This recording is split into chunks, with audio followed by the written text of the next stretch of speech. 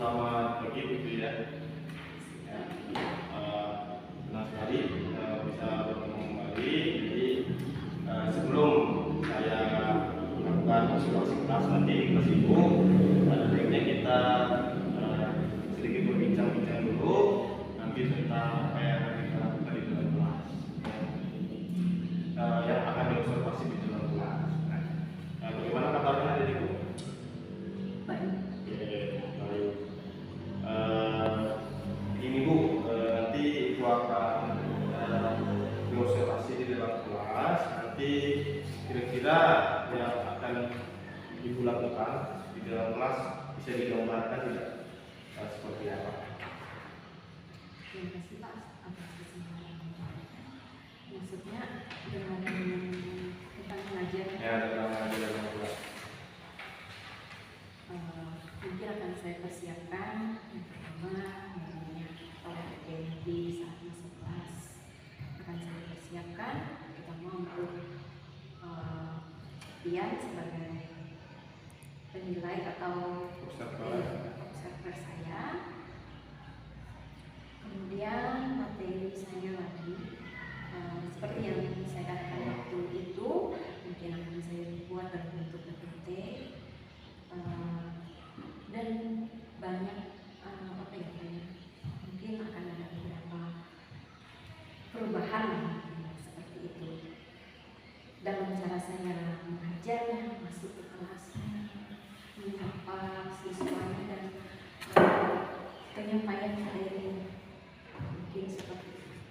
Kalau yang awalnya saya hanya masuk menyapa dengan biasa saja langsung ke materi tanpa ada memberikan bukan misalnya lagi kebanyakan jarang saya untuk tujuan pembelajaran saya dalam materi itu. Nanti yang saya bisa tangkap dari yang Ibu bicara tadi, Ibu sepertinya masih mengalami kendala dalam penuntutan proses pembelajaran yang mau Ibu lakukan di dalam kelas seperti itu ya. Nah, dari pembicaraan ini, nanti tujuan yang mau Ibu harapkan dari percakapan kita ini bisa Ibu gambarkan seperti apa? Tujuannya kira-kira seperti kita bercakap-cakap nanti, ya kita telah bersama, kita bagi bersama permasalahannya. Kira-kira tujuannya nanti apa yang mau siapa yang kita bicara? Tujuannya gimana saya bisa lebih baik lagi dan mengajar penguasaan saya terhadap siswa terhadap materi dan penyampaian bagaimana siswa itu bisa menangkapnya dengan baik materi yang saya sampaikan dan dengan atas coaching yang Bapak lakukan ke saya itu cukup membantu dan bukan cukup lagi, sangat membantu. Karena apa yang saya alami saat ini bisa saya ungkapkan, tidak hanya saya berdiam diri. Oke, begitu ya. Berarti tadi yang Ibu bilang ada dari sisi materi dan dari sisi mengajar. Nah, seperti Ibu bilang sebelumnya, sisi materi Ibu cukup menguasai ya. Nah, dari bagian mengajar bisa Ibu ceritakan tidak ini ya kita mengatasi masalahnya. Dari sisi mengajar bisakah Ibu ceritakan contoh konkretnya seperti apa nih biar bisa saya pahami. Dari sisi mengajar dalam artian apakah nanti ketika Ibu masuk kelas atau bagaimana sebelum masuk kelas membukanya. Pertama itu di pembukaan. Pada saat mengajar ya. Bisa diceritakan tidak kesulitannya seperti apa itu? Ini konkret ya, nyata. Kita masuk kelas nih kita sudah melihat. Kayak apa ya? Kayak saya semacam kayak blank. Iya. Bingung apa lagi ini? Gimana sih cara Memang cukup rumit pula. Berarti yang bisa saya tangkap ketika Ibu masuk kelas, materi udah siap nih, karena blank pas masuk kelas. Dari ngeblank itu bisa ibu kira-kira, bisa ibu rasakan tidak ini kenapa? Apa yang menyebabkan saya sampai ngeblank? Apa sebabnya? Apakah ada terusnya?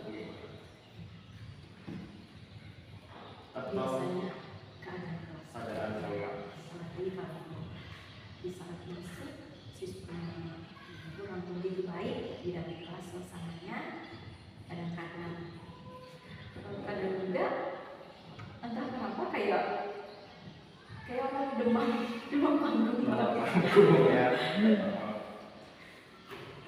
Tapi kalau nyanyi dengan ngomong enggak baik,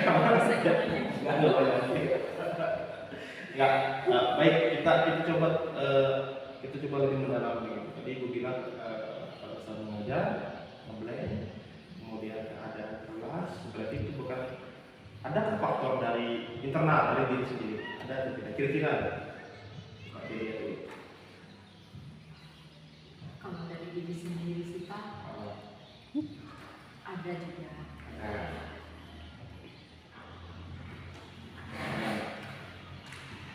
Bisa diberi sebutkan contohnya.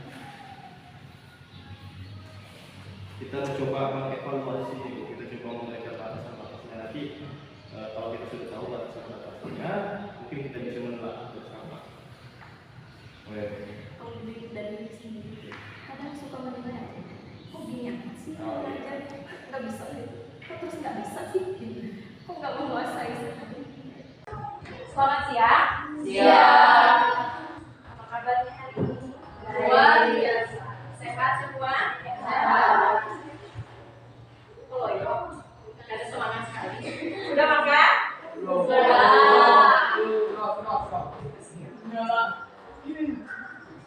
Hari ini kembali bertemu dengan mata pelajaran baru, yaitu pelajaran CS di kelas 9. Kita masuk pada tema yang pertama, yaitu manusia dan perubahan. Hari ini kita akan membahas perubahan sosial dan dampaknya terhadap manusia. Sebelum kita masuk ke dalam materi, gue mau ice breaking dulu. Ini tebak-tebakan aja ya. Huruf apa yang selalu kedinginan? Ya, silakan. Huruf B. Kenapa? Soalnya di tengah-tengah AC. Oh ya betul, Kristi, terima kasih. Kalau bisa yang lain lagi ya jawabnya. Sayur apa yang kalau dipotong dia tetap panjang? Kacang panjang. Terima kasih Dina, betul sekali jawabannya. Kenapa dia bisa kacang panjang? Berarti panjang. Lawannya kacang kan? Ya. Cukup dua aja ya. Hari ini ada yang tidak hadir. Ada. Kenapa alasannya yang tidak hadir? Ada keterangan? Ada. Sakit. Siapa yang sakit Kristi? Rio, Bu.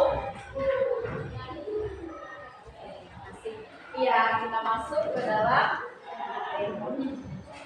ini perubahan sosial dan dampaknya terhadap manusia. Apa itu perubahan sosial? Bisa kita lihat bersama ya. Perubahan sosial adalah proses dinamis yang tak terelakkan dalam kehidupan manusia. Ia merujuk pada transformasi signifikan dalam struktur sosial, norma, nilai, dan perilaku suatu masyarakat. Tidak bisa kita pungkiri ya, karena dalam setiap kehidupan kita itu selalu ada perubahan, baik di dalam diri kita sendiri maupun di dalam lingkungan kita. Ya. Yang mana peran dalam perubahan sosial itu yaitu manusia itu sendiri. Perubahan ini dapat terjadi secara bertahap atau tiba-tiba, dipengaruhi oleh berbagai faktor internal dan eksternal. Perubahan sosial ini bisa terjadi secara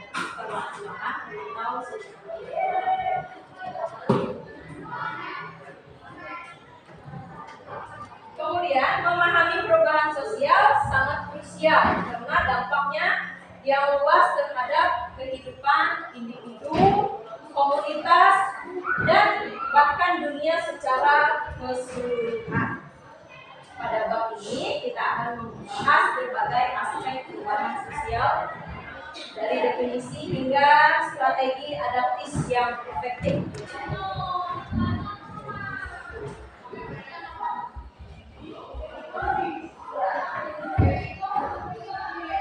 Definisi dan jenis-jenis perubahan sosial. Yang pertama, perubahan sosial evolusioner. Yang kedua, revolusioner. Yang ketiga, difusi. Yang keempat, akibat konflik. Kita ke bagian yang pertama. Perubahan sosial yang terjadi secara bertahap dan perlahan-lahan, seperti perkembangan teknologi yang terus-menerus. Bisa kita lihat ya, perubahan yang secara perlahan-lahan. Contohnya tadi seperti perkembangan teknologi. Yang dulunya kita memakai alat komunikasi yang sederhana, sekarang semakin canggih ya. Kita bisa melihat keberadaan seseorang jika kita berkomunikasi melalui via telepon atau video call. Kita bisa bertatapan wajah meskipun dalam bentuk layar saja. Kalau dulu tidak bisa, kita hanya bisa mendengar suara, bahkan pesan melalui radio atau surat. Yang kedua, perubahan sosial revolusioner. Ini perubahan yang terjadi secara cepat dan drastis, seringkali disertai dengan kekerasan dan konflik. Contohnya revolusi. Ini perubahan yang secara cepat dan drastis ya. Sering kita lihat banyak yang terjadi seperti demo, apalagi tawuran. Kemudian yang ketiga, perubahan sosial difusi, penyebaran ide, teknologi atau norma baru dari suatu kelompok ke kelompok lain seperti penyebaran budaya pop. Yang keempat, perubahan sosial akibat konflik. Perubahan yang disebabkan oleh konflik sosial seperti perang, demonstrasi besar-besaran. Kemudian ini faktor-faktor yang mempengaruhi perubahan sosial. Ada faktor internal, faktor eksternal, dan faktor biologis. Yang mana faktor internal itu berasal dari dalam diri masyarakat itu sendiri, seperti perubahan nilai norma dan ideologi. Contohnya, munculnya gerakan sosial yang menuntut perubahan kebijakan pemerintah. Kemudian faktor eksternal. Faktor yang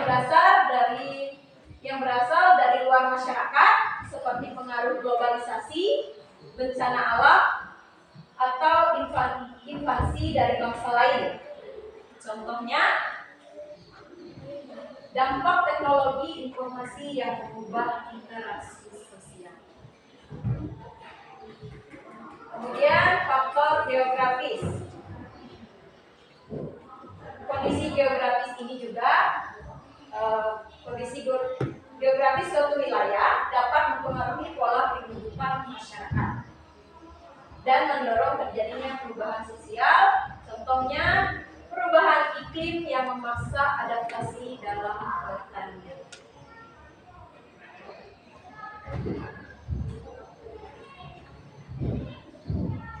Ini dampak positif dari perubahan sosial. Dari perubahan sosial ini ada dampak positif dan dampak negatifnya ya. kita lihat dulu dari dampak positifnya.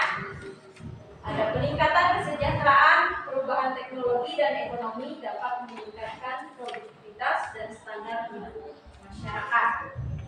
Kemudian, akses yang lebih baik terhadap pendidikan dan kesehatan. Perubahan sosial dapat membuka akses yang luas bagi pendidikan dan layanan kesehatan yang berkualitas. Kemudian, peningkatan kesetaraan dan keadilan sosial.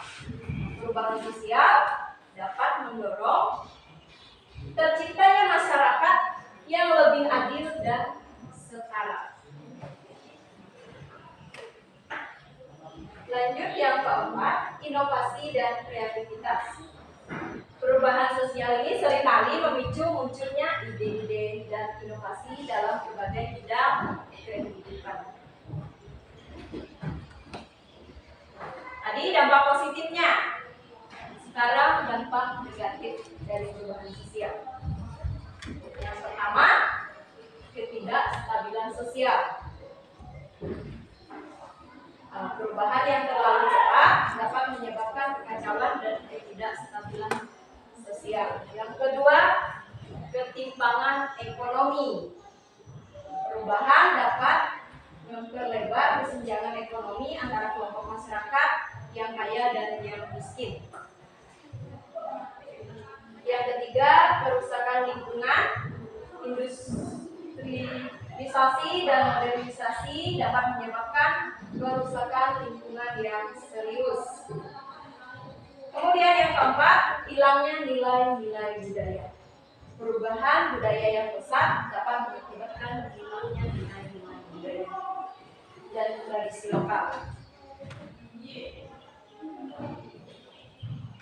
Ini peran manusia dalam menghadapi perubahan sosial. Karena yang menyebabkan perubahan sosial itu terjadi manusia itu sendiri. Ini peran manusia dalam menghadapi perubahan sosial. Yang pertama, pemahaman. Memahami akar penyebab dan dampak perubahan sosial. Kita bisa memahami apa penyebabnya dan dampak dari perubahan sosial itu sendiri. Yang kedua, partisipasi. Berpartisipasi aktif dalam proses perubahan sosial. Yang ketiga, adaptasi. Menyesuaikan diri dengan perubahan yang terjadi. Yang keempat, inovasi. Menciptakan solusi inovatif untuk mengatasi tantangan.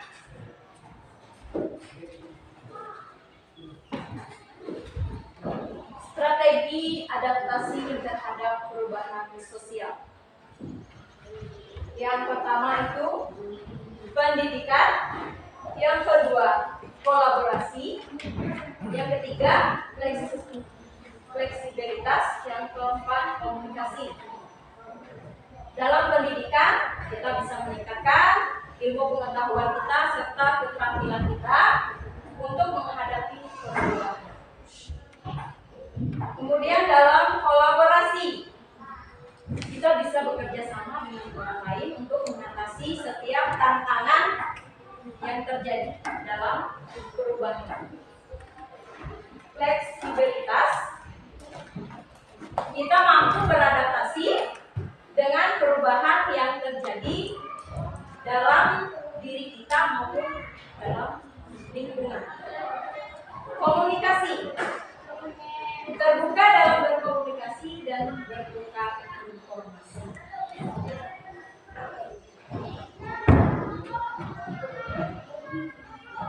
Kesimpulan, singkat sekali.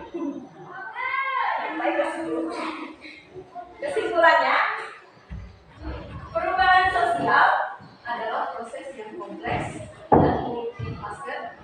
Memahami dampaknya, baik positif maupun negatif, sangat penting. Dengan pemahaman yang baik dan strategi adaptasi yang tepat, manusia dapat memanfaatkan perubahan yang baik dan strategi adaptasi yang tepat. Manusia dapat memanfaatkan untuk kemajuan dan kesejahteraan. Pentingnya untuk selalu beradaptasi itu, berkolaborasi dan terus belajar agar dapat menghadapi tantangan perubahan sosial dengan bijak dan efektif. Keterlibatan aktif dari setiap individu dalam masyarakat sangat krusial dalam membentuk masa depan yang lebih baik. Mungkin itu yang bisa Ibu sampaikan hari ini. Jika ada pembahasan atau pemaparan yang kurang jelas, bisa ditanyakan.